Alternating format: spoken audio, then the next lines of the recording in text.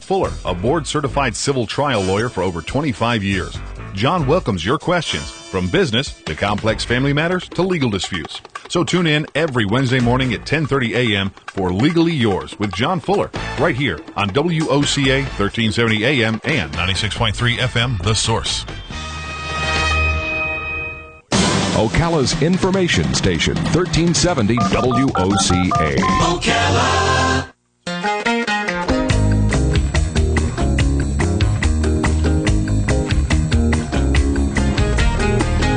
All right, 20 minutes before 11 o'clock. Thank you for tuning in. You know, I've often wondered, what is it exactly about the wars, especially the world wars, and I shouldn't say that, all wars maybe, but I mean, what is it about it that has a romantic element to it? I mean, here you have the most destructive killing experience in the history of man, right? Yes. And there's always this romantic element. If you listen to the music from World War II, for example, how romantic is that music, huh? And of course, if you know stories of people who had to be shipped off to war, any war really, at that young, tender age when we're starting to, we all come of age about that same time that we get called to war, right? And then the ladies, for the most part, at least throughout history, have stayed here, and the men pretty much have gone over there, and then it was letters, handwritten letters, that took forever to be delivered by today's standards. And yet, the legacy, the love, the romance comes from that right there. That separation. You know how they say separation makes the heart grow fonder and all that? Recently, I've been going through my mom's old things and found some photographs of my grandfather when he was in World War I, which was amazing to even find those. I had no idea they even existed. And found lots of things that were similar to what we're going to talk about right now. Margie Howd is on the phone. We've been mispronouncing her name all morning long. Her book is wonderful. It is romance encapsulated, and it's actual romance. It's not made up. Love Letters from a Doughboy, a World War I love story, and Margie lives in the Villages, believe it or not. So she's right down the road. Kind of wish she was in the studio. We could get to know her a little bit, but she's on the phone. She has a degree, by the way, in sociology from the University of Evansville, and living in the Villages. This is her first book, it says here. Let's find out. What a wonderful first book. Margie Howd. Good morning, Margie. Good morning. How are you? Good. Thank you for agreeing to be with us today. Greetings from the Villages. How long have you lived in the Villages? We've been here since 2007, and boy, have we seen a lot of changes. Now, this is a story about your grandfather and grandmother, correct? Correct. On my mother's side. Okay. Now, did you know any of this, or did you discover these letters kind of after the fact, after everybody was already passed away?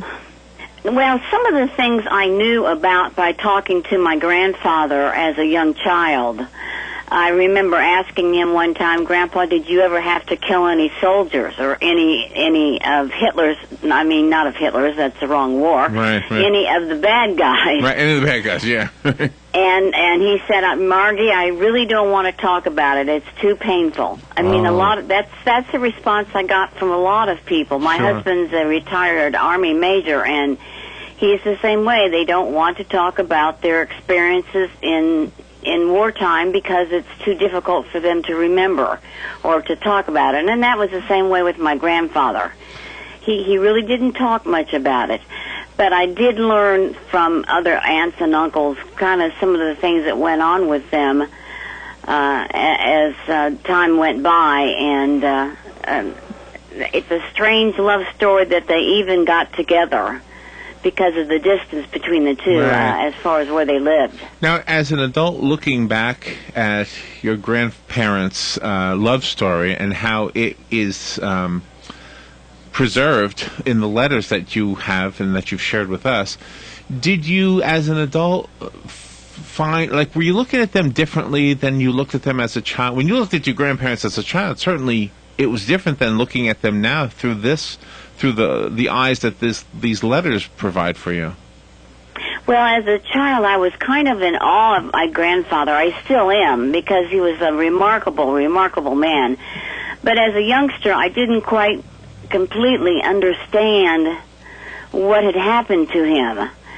And as I get older, actually read the letters, I am kind of shocked by what actually took place and went on, and the challenges that they faced.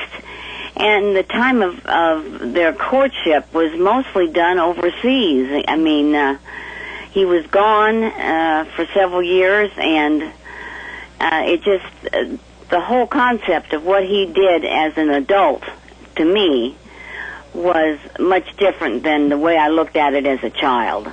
And this is one of the most amazing things, because when he was at war, a soldier is in a different country, social status doesn't seem to matter, but when they were here, their social status seemed to matter very much before he went off to war. It did matter quite a bit. And now part of this book is fictional. I call it a fictional piece based on fact. But the truth of the matter was that my grandmother came from a very wealthy family outside of Birmingham, Alabama. In fact, her grandparents had slaves, and they even buried their silver and everything out in the backyard so that the Yankees wouldn't get them. But they did allow the Yankees to inhabit their home to run their operations out of, because if they didn't, the Yankees would burn the house down. Yeah, right. And this was the kind of house that Juliet grew up in. A very grandeur kind of place with balconies everywhere and surrounded by beautiful orchards. And they did have a black couple, George and Natty, who waited on them hand and foot, but they were like part of their family. Uh-huh. And this was a lifestyle that Juliet had grown to learn about, and that was what she was used to. That was in Alabama? On the other hand, yes. Okay. Yes, Birmingham, Alabama. Okay, and Juliet... Thomas... I'm sorry, I don't mean to talk over you. Is Juliet your grandmother's actual name, or did you change the name? No, that's her actual name. I left the first names correct, and I changed the second name. Okay. Yes, it was actually Juliet, and Thomas was, of course, my grandfather's name. He came from a very poor family of pecan, cotton, and peanut farmers in the panhandle of Florida. So it was even strange that they even got together, but they did.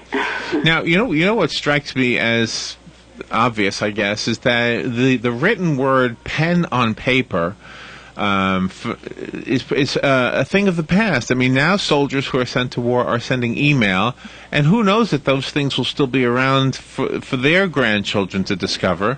It's almost like we would be better off if we would just mail our letters the old-fashioned way, so that there'd be some kind of a record for the future. Although I doubt that your grandparents thought in terms of that. I'm sure it was just a way to communicate, never thinking that it was going to enable somebody, so many years later to retell the story. I mean, we're almost 100 years since World War I. We're getting close to the 100th anniversary. Yes. In fact, one of the letters I'm looking at right here is dated May 14th, 1916. Oh, wow. So we're getting close. Yeah. Well, these were very precious things to find. I found these in the bottom drawer of my mother's dresser. After she passed away, we were cleaning out her apartment. And my other sister said, "Oh, this just looks like junk. Let's just throw it away." And I thought, "No, let me look and see what it is." And I opened up these letters, and I was just enthralled by the story that it told. Because at the beginning of the letters, it was my friend. It started out, "Juliet, you are my friend," and it ended up, "My love for you goes on forever," kind of thing. Oh, wow. So you kind of saw the love progress in the letters. And today's text messages and the emails that people send back and forth, I don't know if anybody's saving that stuff or not. I wish they would. It's hard to believe that they will, yeah. Later on, it will come in handy, and it'll be a remembrance of what they went through. And so these were letters from your mother's parents. Correct. Your maternal grandparents. So maternal. Tell us a story from the letters that you learned about your grandparents that maybe rises to the top as far as the romantic. Tell us one of the most romantic things that is revealed in the letters. One of the most romantic pieces was at one point he was going off to war. He was in boot camp, and he was leaving from Molino, Florida, to go to Camp Pike, Arkansas. And Juliet had begged him to marry her before he left because she wanted to marry him. I mean, that she didn't want to leave without being married to him, and he said no. He didn't want to leave her a widow. Well, he was in his motel room in Molino, and there was a knock at the door, and he opened the door, and there was Juliet standing there with hat in hand saying, I've got us all ready to get married. Let's go do this. Wow. I've got the minister. I'm ready. Let's marry. And Thomas grabbed her, kissed her on the head, and said, no, darling, we cannot do this. I'm not going to leave you a widow. I'm not going to do it. Let's wait till I get home, and then we can have a joyous marriage, wedding, and a celebration, but I'm not going to do it now. No. And that was probably the most poignant part of the letters that I found. He just was not going to leave her a widow, and that was hard for her to take, but later on she understood, I believe, because several of her friends who had gone ahead and married lost their loved ones in World War I over in France or Germany, and she saw the pain that it caused. Did you find her letters also, or just his? I just found his. Now, I know she wrote as many as he did, but I think my mother had two other sisters, and I think when my grandfather passed at 96, that probably those letters got dispersed to my aunts. So my mother had his letters, and they had hers. So the only thing I had to go on was what he had written. It'd be interesting to see her reply to some of the letters. And could you imply some of those replies based on what he wrote? Well, I would imply that mostly what she had written, what I would picture her writing, and what he said in some of his letters, he would say, well, Juliet sent me this, or she sent me a box of cookies and homemade goodies from the house. And they were both very faith-oriented people, and she would write him a letter and include the church bulletin from a couple weeks before she wrote the letter. Okay. And there was always scripture in it and Bible readings for him to read, and he had a small Bible that he kept with him at all times. He kept it in his pocket, so he was able to use that bulletin as kind of a spiritual connection with Juliet. Oh, what were some of the other trials that they were facing besides the social status? Well, they were facing nothing else the time away. Mm-hmm. That was the main thing. Now, another thing they were facing at first was the fact that her father was not real excited about the fact that she was really in love with the peanut farmer. Because he had goals and thoughts that she might marry an attorney or a banker or something like that, which is what he was. And this was kind of love at first sight when they first laid eyes on each other in Birmingham. Yeah, now tell that story. I know that's in the book. They met in a pharmacy, is that right? Well, it was like an old pharmacy that had a little grill in it, and Thomas and his father had come into Birmingham with a load of peanuts to sell at the local farmer's market. And after the sale, they went over and got a bite to eat at this Five and Dime.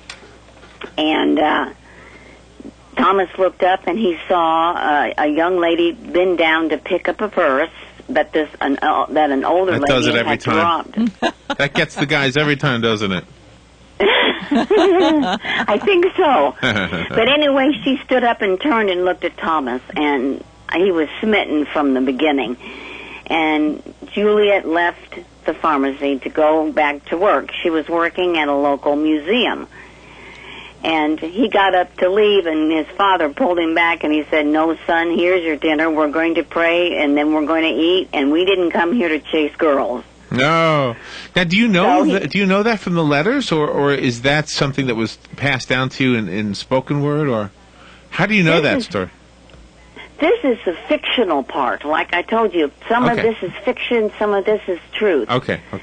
This was a fictional part of this is the way, in my mind, since I didn't know for sure exactly how they got together, right. This was, in my mind, how to get them together. The next day, Thomas and his father went to the museum. After they had toured the museum, Thomas wanted to buy some souvenirs for his brothers and sisters, and lo and behold, there was Juliet. And they exchanged names and addresses, and that's how it started. As soon as he got home, he wrote her a letter, and she did the same. They probably passed in the mail, and that's the way it started. Oh, wow. The book is called Love Letters from a Doughboy, a World War I love story. It's written by our guest, Margie Howd. She's down in the Villages. It says on the credits that Melissa Watkins Starr is also one of the authors. Let's go to the phone. We've got some listeners wanting to say hi to you, Margie. And good morning. You're on the air with Margie Howd. Good morning. I could relate to that, even though we're near as being World War II or First World War. I met my wife in Cardinal Spellman Servicemen's Club, and we wrote letters. And at that time, that was the only way you could really communicate. And there were times where weeks would go by without a letter. She wouldn't get a letter, so I never got a letter because she thought I gave up. Yeah. But that was because that was the natural way to correspond then, because of no email, etc. And it was amazing. That would be like a couple of weeks, 6 weeks or more sometimes, before letters would arrive. Then you get a whole gang of them.